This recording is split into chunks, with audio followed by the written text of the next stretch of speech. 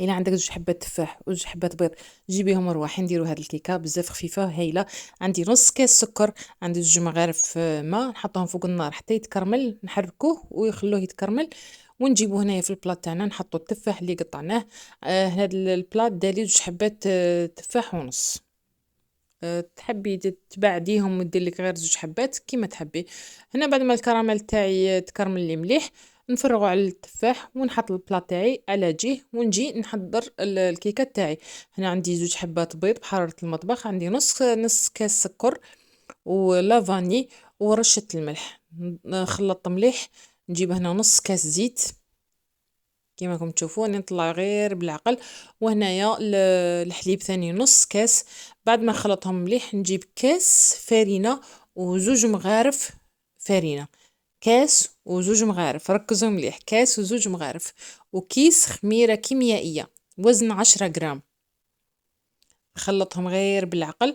وهنايا راني مسخنه الفرن تاعي على 180 درجه ولا 170 درجه انتي والفرن تاعك. ونخليه يسخن ونوجد الكيكه تاعي، نفرخها على التفاح تاعي وندخلها طيب. كي نشوفها طابت من التحت نشعل لها من الفوق.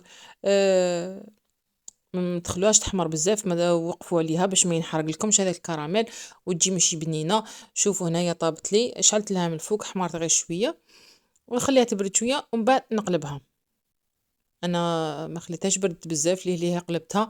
شوفوا والله يبارك ديروا بابي كويسون يسمى، ما تخافوش خلاص تلصق لكم في البلاط تاعكم. نحي هذاك، شوفوا كيفاش السكر زاد تكرمل، تجيب بنه هايله في هاد الكيكه تاع التفاح. تبغوا ديروا الخوخ ديروا الخوخ معلب، يعني ماهوش وقت الخوخ مي في وقته ديروا الخوخ.